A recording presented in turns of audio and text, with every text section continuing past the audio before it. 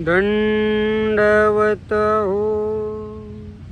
धर्मगप्पा with Dhananjay या YouTube चॅनलवरती तुम्हा सर्वांचं मनपूर्वक सहर्ष स्वागत करून मी धनंजय लोणारकर बुलढाणा येथून सर्वांना दंडवत प्रणाम करतो. स्मृतीस्थळ निरूपणामध्ये आज आपण 176 नंबरची स्मृती बघणार आहोत, जी अत्यंत महत्त्वपूर्ण आहे. ती अर्थात साधू संतांसाठी आहे, पण तितकीच ग्रहस्थांसाठी सुद्धा आहे. कारण दैनंदिन व्यवहारात समाजात वावरत असताना आयुष्यात या स्मृतीचा उपयोग बऱ्याच वेळा होतो, करावा लागतो. ती कशी ते आपण बघूयात. तथा प्रश्ने परवागमनी द्विगुणानुष्ठान कथन. तथा म्हणजे त्याचप्रमाणे, प्रश्ने म्हणजे प्रश्न केला असता महादाईसांनी, परवागमनी एखादा सण आला तर त्या दिवशी काय करावं त्यावरती भट्टोबास म्हणाले. द्विगुण म्हणजे दुप्पट अनुष्ठान साधना करावी. एक वेळ परवाचा दिसी महादाईसी भट्टोबासा ते पुसिले. एक वेळेला पर्व कुठला तरी सण आला होता. त्या दिवशी महादाईसांनी भट्टोबासांना आचार्य श्री नागदेवांना विचारलं, हांगा नागदेया, अहो नागदेव हो. आणि ते बहीण भाऊ असल्यामुळे हांगा आगा नागदेया हे वाक्य चालत होतं त्यांच्यात. पर्वालिया काही करावे. पर्व म्हणजे सण आला तर त्या सणाच्या दिवशी काय करावे. भट्टोबासी म्हणितले. यावरती भट्टोबास महादाईसांना उद्देशून म्हणतात, परवाचा दिसी दुना जाप्य करावा. संत साधूजनांनी साधकांनी काय करावे याचं विश्लेषण पहिल्यांदा करतात. सण आहे, समाजातला कुठलाही सण असेल, दिवाळी असेल, दसरा असेल, अजून कोणता असेल, आणि आत्ताच नुकता झालेला सण आपल्यासाठी आषाढीचा. दुना अनुष्ठान करावे, दुना जाप्य करावे. जास्त प्रसाद सेवा आपण त्या दिवशी करत असतो, जास्त प्रसाद करत असतो. जेव्हा जेव्हा सण असतो त्या सणाच्या दिवशी सर्व दुना जाप्य करावे, डबल स्मरण करावं, दुनी प्रसाद सेवा करावी. जर आपण एक वेळेला प्रसाद करत असेल, 2 वेळेला करत असेल तर 4 वेळेला करावे. आणि तसं नॉर्मली बघायला गेलं तर ईश्वर परायणा परमेश्वर स्मरणी सदा पर्व असे. आणि जो ईश्वर परायण आहे, ईश्वराच्या ठिकाणी रममान झालेला आहे, परमेश्वराच्या विधीतच ज्याला आवड वाटते तो ईश्वर परायण. ईश्वर ज्याला आवडतो, सर्वस्व ज्याने ईश्वराला मानलेला आहे तो त्याला परमेश्वर स्मरणी. तो जेव्हा जेव्हा सकाळ दुपार संध्याकाळ, उन्हाळा पावसाळा हिवाळा, जेव्हा कधी स्मरण करेल, ज्या क्षणी तो स्मरणाला बसेल त्याच क्षणी सदा पर्व. त्याच्यासाठी नेहमी सदैव पर्वच असल्यासारखं आहे. हा महात्म्याचा विधी. हा जो विधी आहे, दुना जाप्य, दुना स्मरण, दुनी प्रसाद सेवा, हे महात्म्याचा म्हणजे संताचा, साधकाचा अनुसरल्याचा विधी आहे. आरतिया अवसरू. आणि मग वासनिकाचा विधी कोणता. वासनिकाने पर्वाच्या दिवशी, सणाच्या दिवशी काय करावं. आरती करावी, अवसरू करावा. आता आरती आणि अवसर याच्यात सगळे विधी अंतर्भूत येतात. 1 आरतीपासून 5 आरत्या, 11 आरत्या, 7 आरत्या, आरती प्रॉपर ही, आणि सोबत आरती करावी, तोच व्हावा, तोच भेटावा, ही धरू शकतो. पण या ठिकाणी आरती म्हणजे आपण जी आरती म्हणतो, भजन आरती जी म्हणतो ती करावी. अवसर करावा, विडावसर, वस्त्र समर्पण, उटी उपहार, पंचावतार, हे सगळं अवसर या पदात येतं.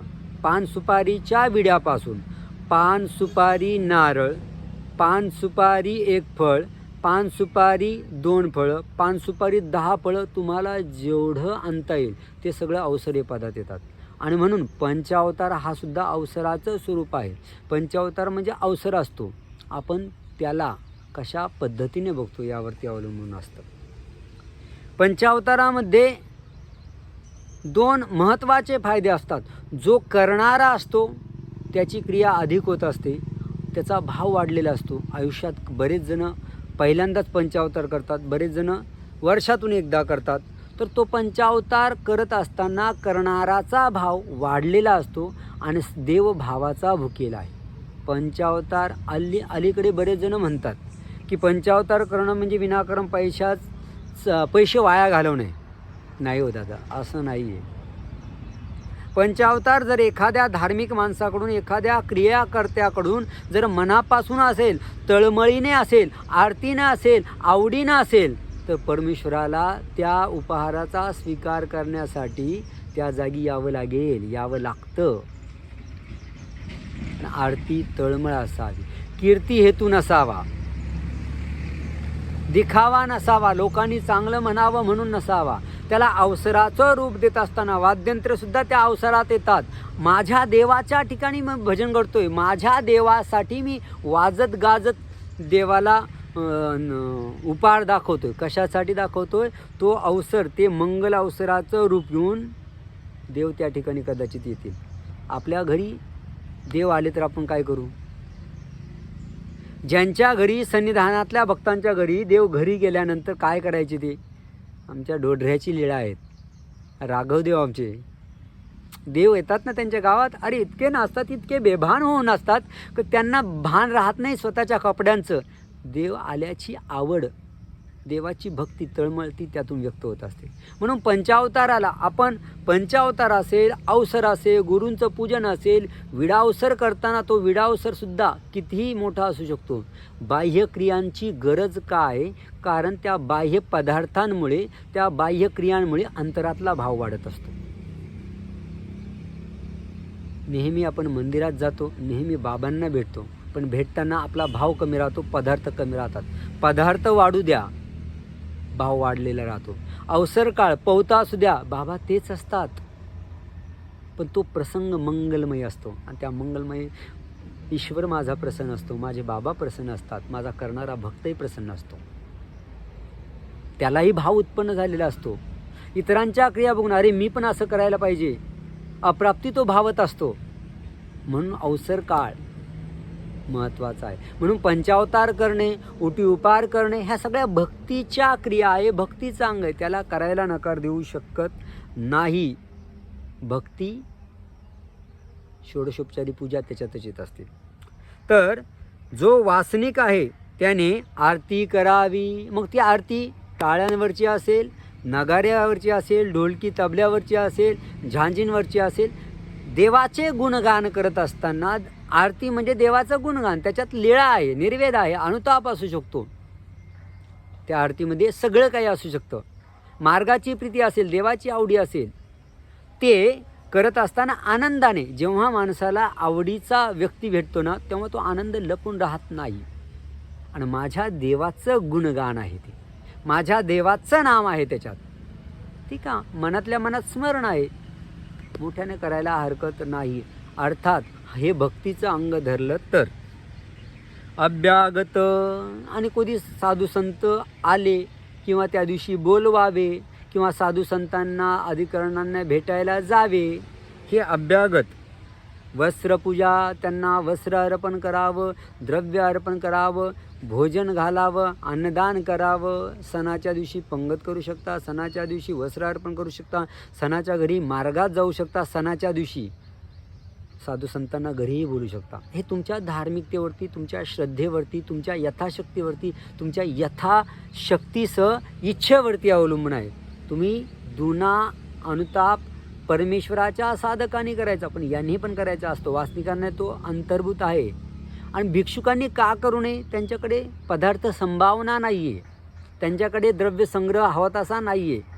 माझे देवाचे साधक तेही करतात, तो भाग वेगळा. असल्यावरती करायलाच पाहिजे आणि ते करतातही.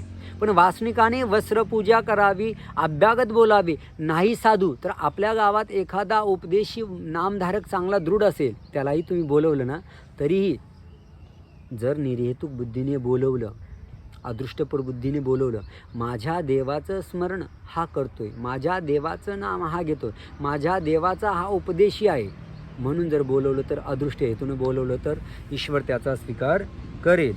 म्हणून आरती अवसरू अभ्यागत वस्त्रपूजा हा वासनिकाचा विधी, हा प्रामुख्याने वासनिकाचा विधी. मग त्या दिवशी वासनिकाने जर म्हटलं की मी 10 गाठ्याऐवजी 20 गाठ्या स्मरण करेल तर उत्तम.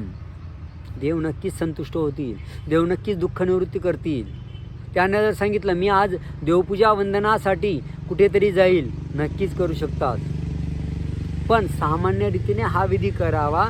हा केला, पुढचा जर केला, स्मरण केलं, दुनी प्रसाद सेवा केली, दुनं जाप्य केलं तर परमेश्वर प्रसन्न नक्कीच होणार. पण त्याने हाही करावा. मग असतेनी पदार्थे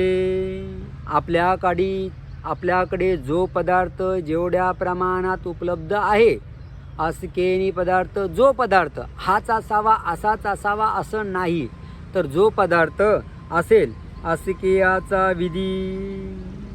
ज्याच्याकडे जो पदार्थ आहे त्याने तो अर्पण करावा.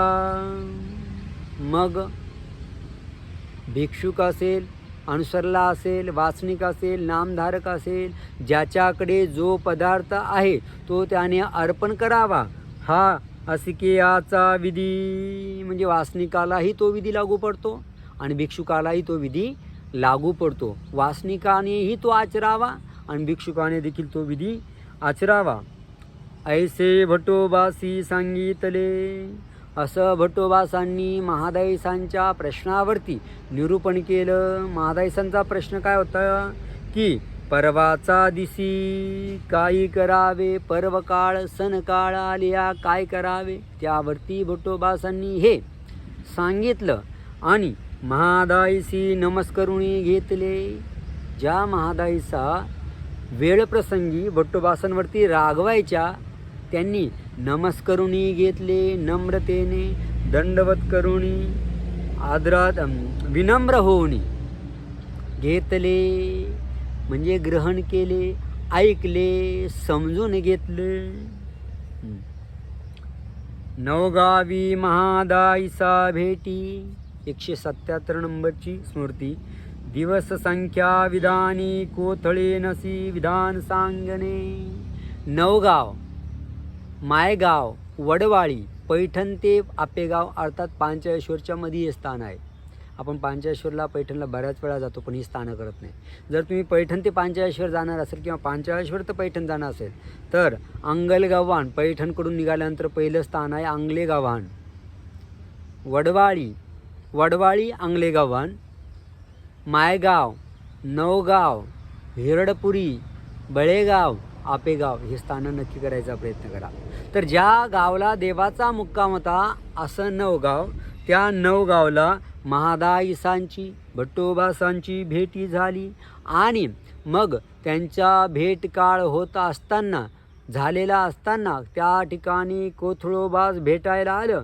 मग एकमेका भेटलेल्या साधकांनी एकत्र किती दिवस राहावं याचं निरूपण भट्टोबासांनी केलं. महादाईसे नवगावी होती. महादाईसा नवगावला काही दिवस थांबलेल्या होत्या. एकू दिसू भट्टोबास निंबाहुनी महादाईसासी भेटावया आले.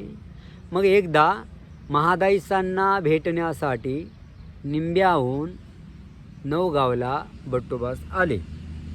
भेटी झाली, भेटीचं विधान झालं. 12 दिवस भेटीचे विधान झाले. 7-5 दिवस असं 12 दिवस भेटीचं विधान. भेटकाळीचा जो पूर्ण विधी आहे, फाळुके पालटणे एकत्र कांडपान शास्त्र सगळा तो झाला. तेव्हा कोथळोबास अभ्यागत आले आणि त्यावेळेला त्या ठिकाणी कोथळोबास आले. भेटी झाली, दोघांची श्रमनिवृत्ती झाली एकमेकांची. मग भोजनाचा अवसरी भट्टोबासी म्हणितले. मग भोजन करण्याच्या वेळेला भट्टोबास महादाईसांना म्हणतात, रुपये माझी भेटीचे दिवस झाले. आपण दोघेही देवाचे आहोत आणि देवाने सांगितलेल्या भेटीचे जे दिवसांचं विधान आहे ते माझं संपलेलं आहे. आता तुम्हा कोथळे नसी विधान. आता तुम्ही कोथळोबासांबरोबर 7-5 असे 12 दिवस भेटीचे विधान करा. भेटीचा विधी पार पाडा. तव कोथळोबासी म्हणितले. आणि मग भट्टोबासांनी असं सांगितल्यानंतर कोथळोबास भट्टोबासांना विचारतात, भटो भेटीचे दिवस किती? किती दिवसपर्यंत भेट झाली असता एकत्र राहायला पाहिजे? कारण कोण पूर्वेकडून आला, कोण पश्चिमेकडून आला, आटणविजनादी क्रमी, आणि त्या ठिकाणी भेटले दोघं तर परमेश्वर भेटल्याचं गुमटं होतं. बाबांना, देवाला, वासनिकांना, भिक्षुकांना जर आपण निरहेतुक बुद्धीने, अदृष्टपर हेतूने माझ्या देवाचा साधक आहे म्हणून भेटलो ना, तर देव भेटल्याचं गुमटं पुण्य मिळतं. भट्टोबासी म्हणितले. यावर भट्टोबास म्हणतात, 12 दिवस हा पाठ. 12 दिवस एकत्र राहाव. 7 ठाईकाचे, 5 अभ्यागताचे, असे 12 दिवस एकत्र राहावे. हा पाठ म्हणजे मूळ अर्थ. 7-5 दिवस एकत्र राहावं असं स्वामींनी सांगितलेलं आहे. 18 हा अर्थ. मग 18 दिवस एकत्र राहावं असा त्याचा अर्थ किंवा व्याप्तीचा अर्थ समजा. मग त्याच्याही पुढे दोष न निफजत.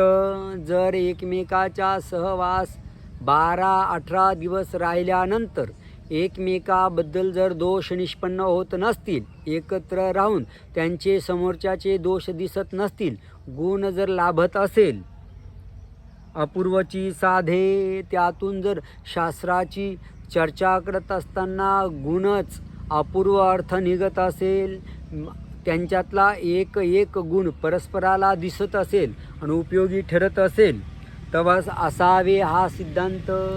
तोपर्यंत एकत्र राहायला काही हरकत नाही, हा सिद्धांताचा अर्थ आहे असे भट्टोबासांनी सांगितलं. मग महादायसी कोथळोबासासी एकत्र खानपान केले. जे एकमेकाचं भिक्षेचं भोजन होतं ते एकत्र खानपान केले. वस्त्र पालटिली, वस्त्रांची आदला बदल केली. मग भट्टोबास निंबियासी आले. मग तिथून भट्टोबास परत निंब्याला आले. तर ही होती स्मृतीस्थळातली 177 नंबरची स्मृती.